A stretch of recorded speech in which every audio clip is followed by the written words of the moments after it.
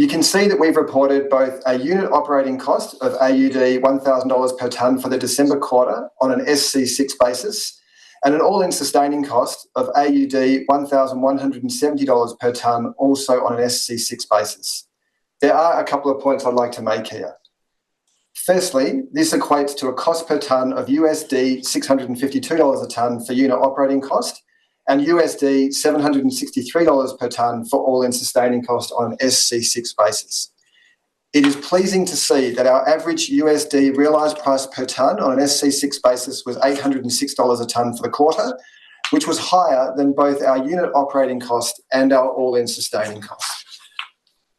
My final point here is that we have included our capitalised commissioning costs in both the unit operating cost and our all-in sustaining cost numbers so that you can get a true sense of how we're performing.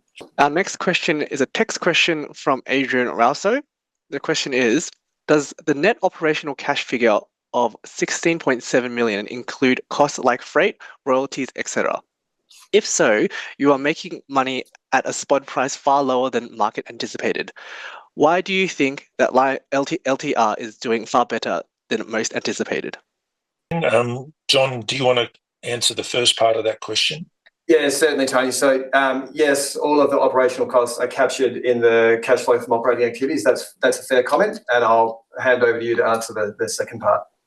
Why are we doing better than the others or anticipated? I think, look, for us, we've said all along that we've put a lot of effort into the design of the plant. We've put a lot of effort into how we plan and how we execute, and I think we're starting to see the fruits of that.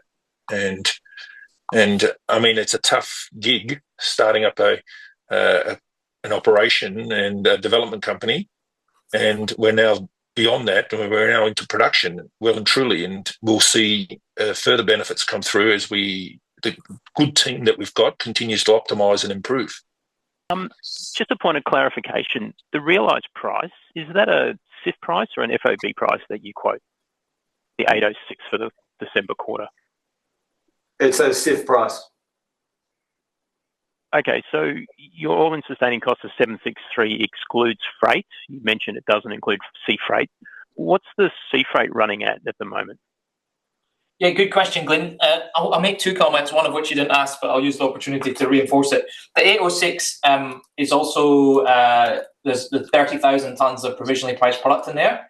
Unfortunately, 31 December 2024 was probably the weakest pricing point in the market so far, and that has been flowed through as a mark-to-market adjustment, which we don't expect to realise. But the question you did ask on freight, I mean, it depends on the size of the vessel, but as you can see in some of the narrative we've been sharing, we are focused on trying to parcel our own shipments to customers on larger vessels, and that's allowing us to pull the freight down from the kind of $29 to $30 a tonne down as low as $19 a tonne. So the focus is very much on efficiency. Okay, so you should be comparing sort of 783 to 793 versus the 806, and then the 806 has a provisional pricing hit in it as well.